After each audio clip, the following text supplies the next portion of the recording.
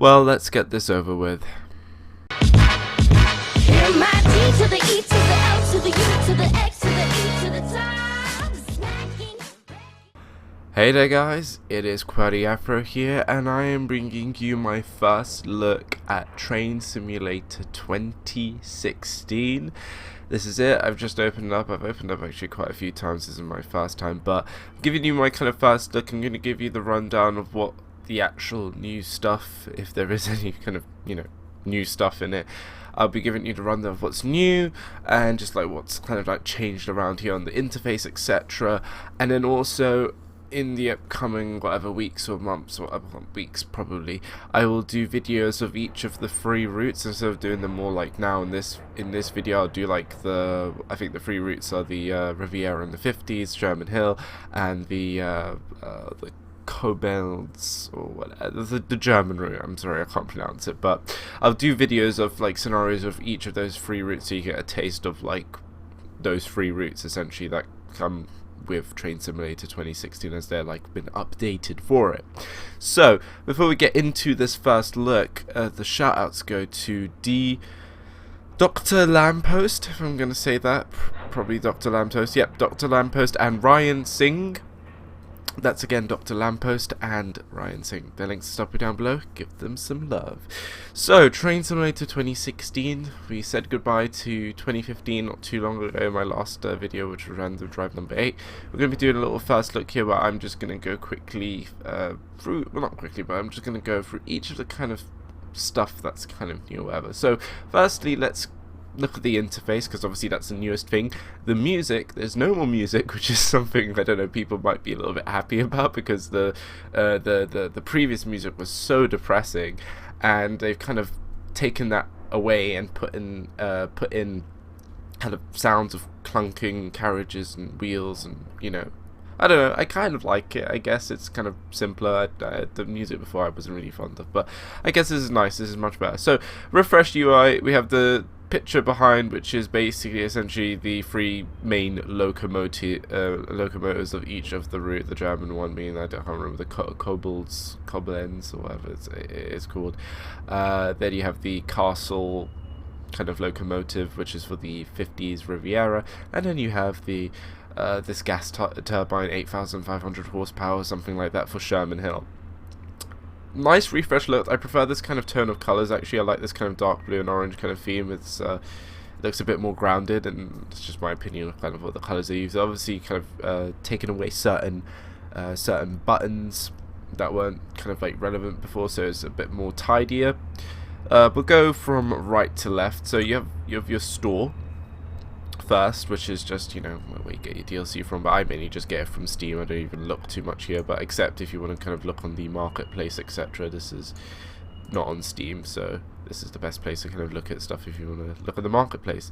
And then you have your routes, your locos, etc. All the kind of like normal stuff here, and then this is like the homepage, which gives you some information. And also, if you look here in the bottom right, we have a coming soon for the North London line, which I'm very excited about. It looks like it's going to be from Stratford to Richmond, I do believe, but it would be nice if they extended it a little bit to Clapham Junction, because that's just a little branch line of it. So hopefully that might be something that will be included in there. And then you have like the North Jersey line and the BR86 or whatever. But anyway, that's just the store page, nothing too new about that. Then Academy is pretty much the same. They're going to just update this regularly when they add new locos and stuff like that, and they've also made it that each mission that you do contributes to your XP, which is down here, which you get levels and stuff in Train Sim. So that's nice that they've included that as XP, and you can get achievements for each of the one that you complete, etc. And then obviously tutorial. These have always been here. It's just nice that we have like a collection of where they all are, but it's a shame that there isn't a lot. There's only some routes come with tutorials, so it's nice to just have the ones that are there grouped up or whatever. Then we go into build. There's nothing really much I can explain in build, because obviously I don't use this, but this is just, it looks pretty much the same in my opinion to how it was before, where you can just like build a route, publish a scenario, create a scenario, etc. So nothing too too different there.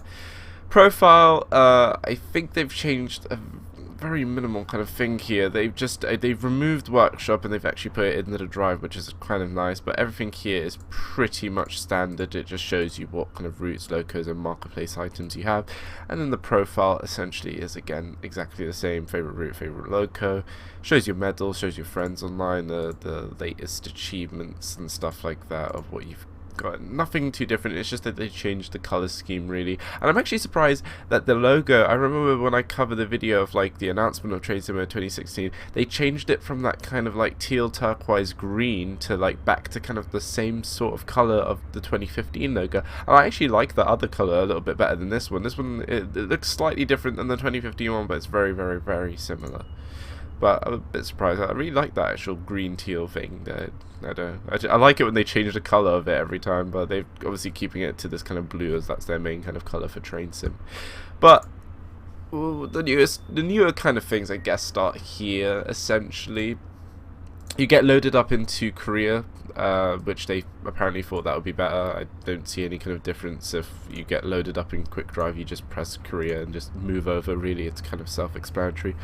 But yeah, Quick Drive essentially the same. Random button, thank God, is left in here, which is really, really nice. I don't have to stop my Random Drive series and then continue it a year later when they decide, oh, we need to add the random button again. So it's really nice that they've left it in there.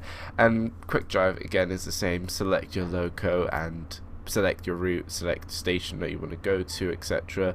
Or just press random if you want something a bit spicier. That's not too bad. And yeah, and this is the German route, the Köln to Koblenz. That's the route I've been meaning to say out of the free routes that come with the updated routes that come with Train Simulator 2016. Korea, nothing too different really here. The search functionality, I guess they've changed apparently. Like say if I want to type in here Peterborough, it will throw out all the kind of Peterborough stuff that's here on the Korea, and I could even do that as well in the standard kind of stuff, and it'll just throw me out all these kind of Peterborough scenarios I have, like from the workshop, etc., or just standard scenarios or whatever. So they've improved it a bit. I kind of find it is still a bit clunky, and it can be a bit annoying still, and it can result you from finding a certain scenario that you want to, and then you have to then go through it manually and filter it yourself. So it isn't I would say it's perfected fully, but it's nice that they've kind of like improved it to a point that you can search things a bit more clearer now, and it can throw you up more results that you would actually want.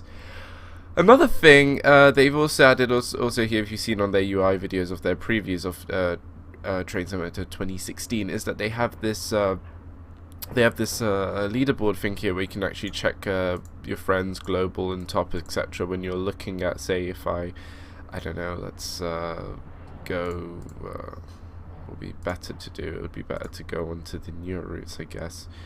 And say if we go to, let's go Köln to Koblenz or whatever, and then we pick a scenario or whatever, and then you can see, well, no one's done these ones yet, but you pick a scenario and then you can essentially see your friends and the global and the top kind of scores, etc. I'm not too massively happy about this, because I still think the whole career point system should be rehauled and overhauled and completely changed, because I find it's still lacking something to be like competitive about. I feel that it's not really yet that competitive, and I feel I don't look at that and I go, oh, I need to beat the score or whatever. I still think the career point system needs to be changed. It needs to be scored differently and a bit more fairly, because some of the stuff that you do that might not be massively bad or negative or anyway, it will deduct massive points of. So I think the career point system is alright, but the reason I don't play it a lot is because I don't have any enjoyment out of it, and I feel it's very harsh when you do stuff. It's not really clear, like, and it's not really rewarding when you do get the points, if you know what I mean. So I would like, if in the future, and even maybe probably in the next gen, if the career system really does get overhauled and we actually have something a complete new scoring system, because I feel right now, and I guess most people would agree with this, it doesn't really feel like competitive. It doesn't really feel like, oh, I need to beat like this person's score, whatever. I just look at those numbers and they're just huge numbers or whatever. I find that's also something like 1,000's it's a very big number. You don't really have to even go to those kind of big numbers. You can go a little bit smaller, like a 3-digit number or something like 100 or something like that, or even like I don't know, percentages or something like that. I feel it doesn't really like there are other games out there, and even non-simulation type of games, that the leaderboards are much more dynamic, and it's much more interesting to look up the developing and moving dynamic leaderboard, and that's the only times, like in games, that I prefer to kind of compete a bit and like kind of say, oh yeah, I want to beat a score. But with Train Sim, I've never really opened up the game and thought I need to beat a score of someone else, and that's the honest truth. But other than that, that's a nice little thing there. If you guys do, if any of you look at the actual leaderboard system there, that is there, and it's there for your heart's content or whatever.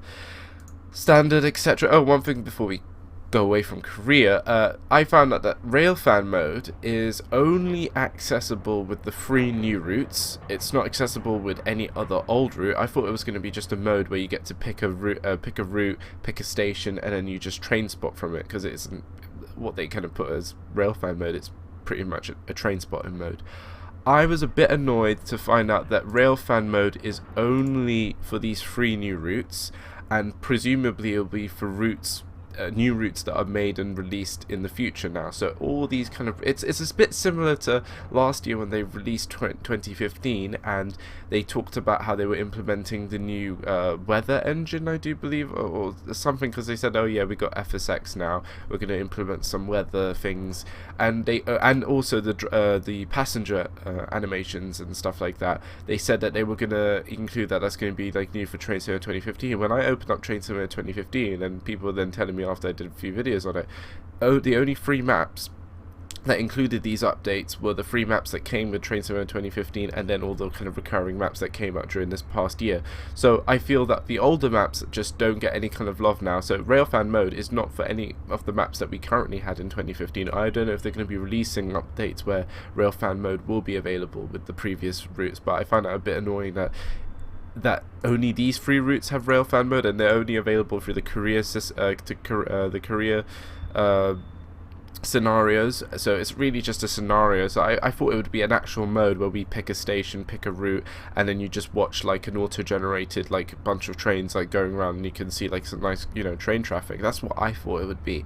And then to kind of find out it's just really a Korea scenario and only now available for these 3 routes, I was a bit disappointed with that. So Railfan mode, presumably like one of the new features, quotes new features, it's not really something to get so hyped up about, because it's only available for 3 routes, and it'll probably be only available for the recurring release routes over this next year. So I'm a bit disappointed with that. I'll also give a little view of it upcoming in this video of the Railfan mode, so stick around for that. So that's Railfan mode. We'll go into that in a bit. Then, you know, standard, nothing too special here. It's all really the same. It's just it looks much smarter now, but you know, they've had so much time to perfect this UI. Now they've used this UI essentially for 3 years in a row, and they've just updated it like a bit.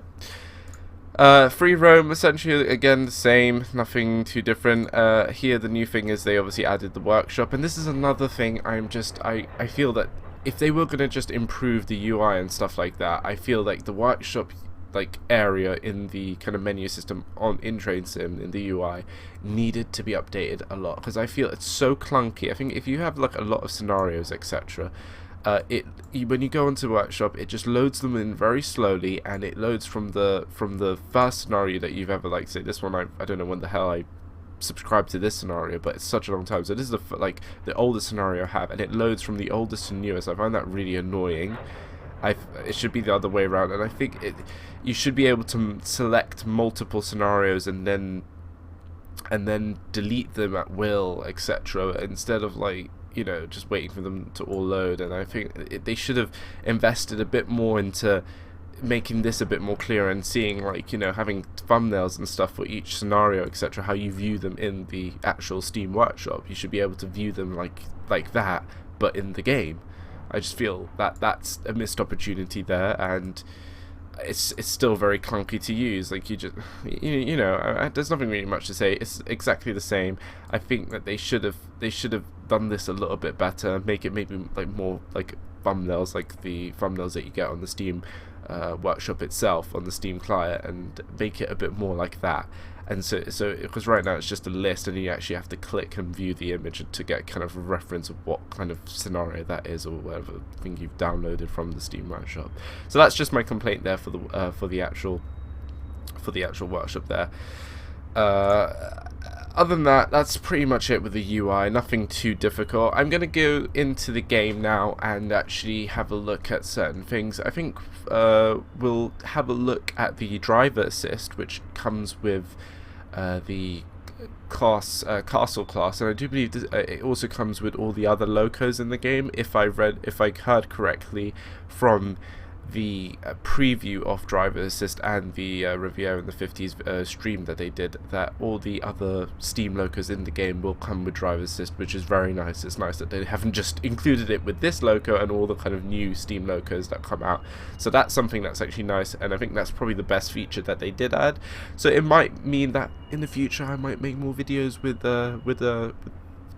Steam engines, which is nice, because I've always found Steam very complicated and not really enjoyable to drive. So now at least just driver assist will actually help and kind of like aid me while driving, because I'm more interested in like just driving, looking outside, and just enjoying it. I don't want to put my head in the Steam engine, like in the Steam engine cab, and just like look at like what other kind of roles, like the firemen and stuff like that. They're supposed to be doing that. I'm just supposed to be driving and looking out for signals, etc. So I'm glad that they've universally put driver assist for all the Steam locos, if that's how I've heard it correctly. Might be not, might be, but I'm pretty sure that they said that, so that would be nice that all Steam locos have that driver assist functionality. So out of all the free maps, I think the Riviera line in the 50s is probably the best one. It's probably in a sense the newest route in a way. It's probably a completely different route because everything has been changed in it, etc., while the other two are just updates really. Like Sherman Hill's been in the game for so long and it's not really anything that special. I think the only reason they put that in is because obviously they wanted that new gas turbine, the gas turbine train or whatever to be in it, or etc. But anyway, we shall I will get into the game where we shall just have a look at this driver assist with the castle class in one of these scenarios here. We'll just do a little bit of beginning so I can show you how it looks like and how it kind of helps with like changing controls, etc. And then after that we'll actually have a look at the railfan mode, and I think that'll be really it for my kind of first look. And then over the few weeks I'll release like scenarios from each of the routes included with Train Simulator 2016, so you guys get a kind of scope of what these free routes like what's their main kind of thing that they're advertising for these routes. And I'll probably, if I go to the main menu, I'll probably drive in each of these free locos. So I'll do a scenario in each of these free, so that'll be fine. So let's have a look now at driver assist on the castle whatever it's called. I can't even remember what it's called. The castle class steam locomotive. We're going to have a look at that, and then we're going to have a look at right. So we are now in the game with the castle class steam locomotive. So it's just quick run now. We'll just pretend we're like doing the beginning of this scenario. So good morning, driver. This is a GWR castle. You'll be taking a run from the Goodrington Sands up to Exeter. The weather is looking good. So it should be a pleasant trip along the coast. Good luck. So as you can see at the top right, legacy mode driver selected, and control A is to actually turn on off the driver assist. So the difference between legacy and expert mode has already been in the game. Is basically expert mode gives you a variety of more controls and more kind of in-depth kind of controls for a steam locomotive. So right now let's actually go and have a look out here of this loco. It looks actually very, very nice, and the whole kind of scenery for this map with the Riviera in the 50s is actually really, really nice. I kind of like this kind of era of railway or whatever. I do believe we have another train coming in there, which is very nice.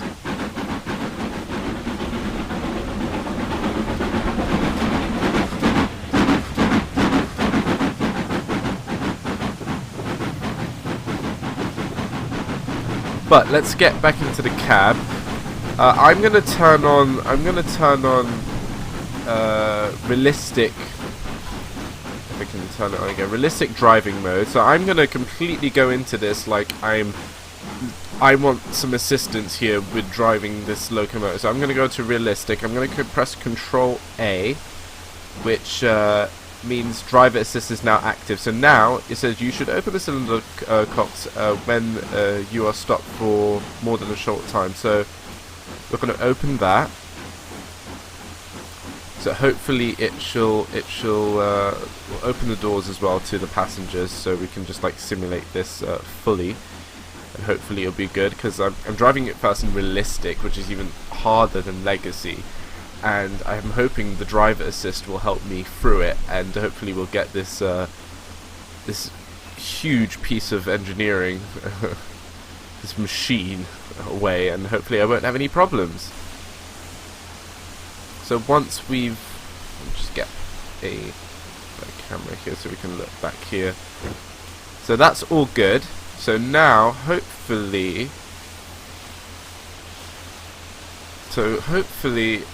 I'm guessing I'll start to get moving by myself. So it's not like it tells you like step by step what to do. So I'm going to release the brakes, and the thing is, when you do something wrong or something that's not like particularly right or whatever, it will then guide you and say, look, you need to probably do it like that. So I'm going to just do it like I'm pretending I think I know what to do. So now it will tell me things that I might need to include in my little setup. So you should close the dampers. So we'll close the dampers. And I've now released the brake, I've put the reverser up, so I'm just doing it in my kind of own knowledge, and hopefully it will correct me and tell me that, oh, I'm not doing something right and I should, you know. So, I'm going to increase the power a bit, and hopefully that will get us moving. So, you should release the brake pressure to 25 inches, I think it's inches, when the regulator is open, so 25 inches. 25 inches.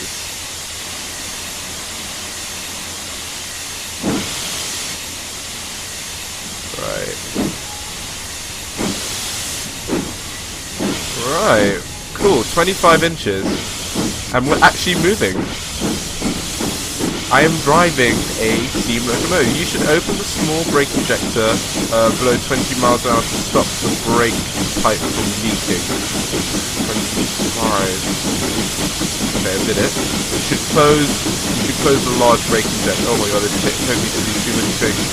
You should close the cylinder. You should close the cylinder cocks. Cylinder cocks. Go. It's asking me to do so much stuff.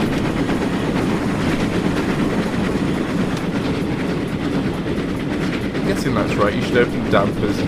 So I'm doing so much right now in the cab, I'm not even looking outside. What am I supposed to be doing?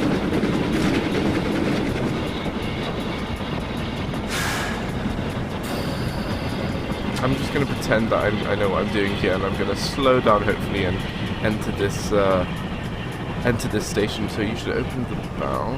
Okay. Okay, which way does that go?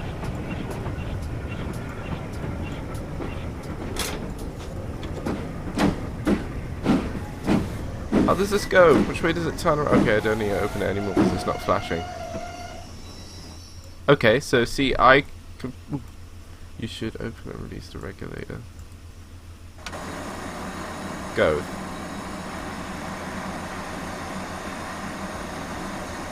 There we go. Ooh, some wheel slip. Damn.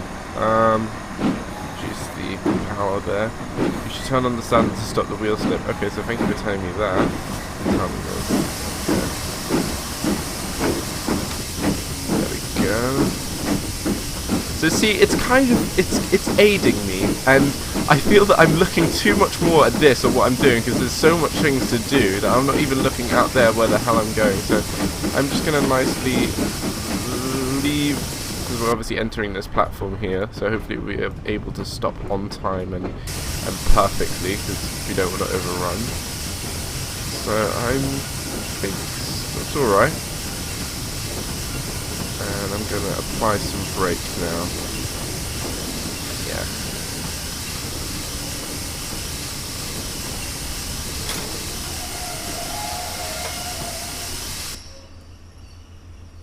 Well, you know, I've stopped it within the platform. I think that's good enough.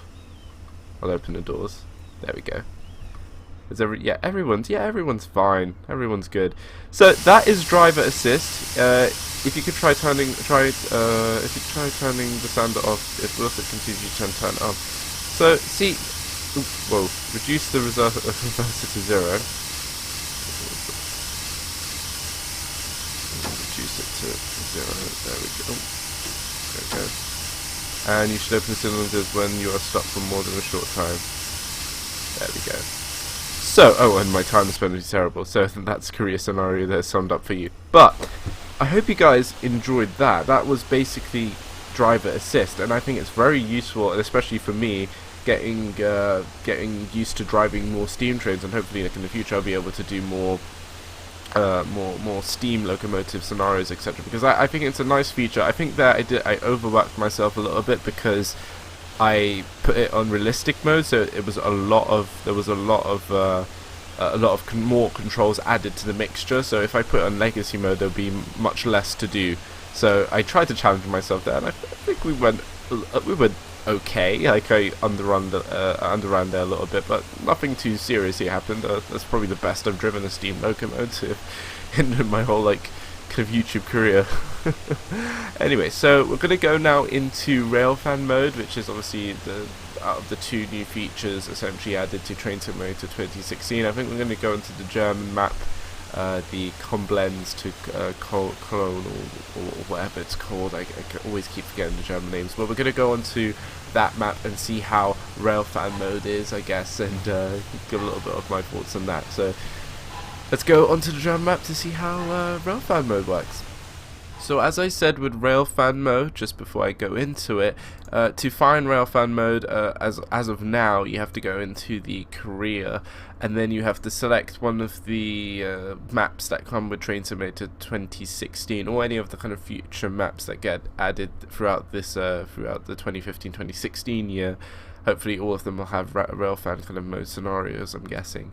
So I'm going to go to Cologne and to Koblenz, if I'm saying that correctly, and then basically you scroll down and you find the railfan scenarios, and you can even search the railfan stuff by selecting the logo as railfan, but I find when you do that you only get like one map. So just look at the new maps, and any other map that comes out should have railfan, and then you scroll down and you find the kind of railfan. So I think we shall go to let's go to Cologne. Let's go to Cologne. I think let's go to Cologne. So see you guys in Cologne, where we get to view and have a look at railfan mode.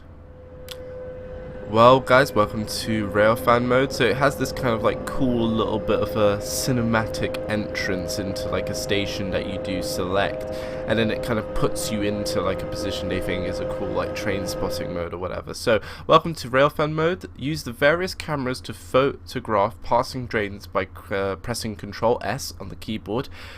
Zoom in and out by scrolling the mouse wheel for a better angle. Press pause to freeze, and then move the camera to a new location, or you could just move the camera around like you're in a free cam mode by pressing number 8. Then you can just move around and find a position that you like, and then close this message to get started. And I don't understand why I have a console, because I can't really do anything with this, but we'll just turn that off because we don't really need it. So this is railfan mode. You just basically stay here and watch some trains pulling out of Cologne station, but I suggest move around a bit and have a look at the different kind of traffic. Again, I'm very sad that they've only made this a kind of mode that it's only essentially career scenarios that Dovetail Games make. Hopefully scenario creators on the workshop can make more of these railfan mode kind of things. Hopefully that would be really cool, because it would be such a shame if it's only like for career scenario based, and it means that we'd only have to get these kind of railfan modes with upcoming new maps and etc. So I was a bit again, a shame that it didn't come like with every kind of map. I thought it would be a mode where you just pick a map, pick a station and then you just train spot essentially, because that's really all I kind of thought like the railfan mode would be. So, but yeah, this is just essentially it. You just stand here, watch the traffic go by. You can take pictures with Control S if I really wanted to. If I like zoom in now and go like, oh, that's a cool picture. Control S. I think I just took one. I'm pretty sure. But yeah. I guess this is only for certain stop types on this map. I don't think there'll be a lot, but you can move around. Like right now, I'm going into the station. The FPS will go down because there's quite a lot of traffic. So I'm just gonna stand here and watch this train come in.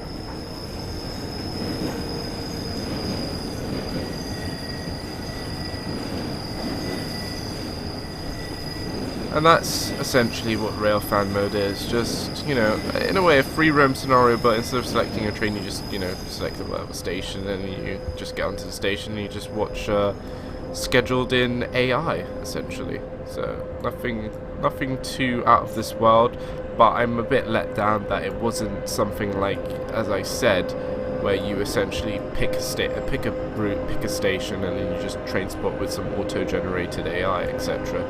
That would have been more my kind of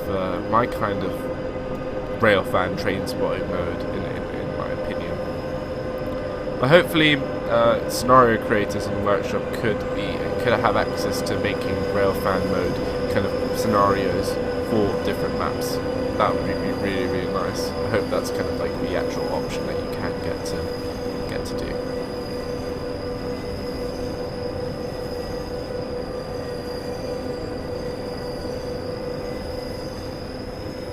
Well guys, that is it. That is my first look at Train Simulator 2016. That's really all that there is really with Train Simulator 2016. I've showed you everything, essentially what you will be getting if you do decide to buy the extra like upgrade or whatever. You get the free routes, the Cologne to Koblenz, the Riviera in the 50s, and the Sherman Hill with the gas turbine powerful 8,500 horsepower engine, which is here on the left. That is essentially what you get, and then obviously you get driver assist, which I think out of all the features, driver assist is probably the most useful and actually the most kind of like good feature that they've added with this update for the game. Railfan mode, I'm pleased. I like the idea when it was introduced, but I'm kind of a bit disappointed with how it was actually planned out, how it was actually implemented into the game. I hope it gets updated a bit more and actually made into a proper kind of mode where you just pick a station, you pick you know, route station, then you pick, and then it just auto generates traffic for you. That would be my kind of railfan mode, train spotting mode. But hopefully we'll see something come to that maybe in the future or whatever. But if scenario creators could make railfan mode scenarios, then that would be as well, that would have solved the kind of problem, I'm guessing. But that's Train Simulator 2016.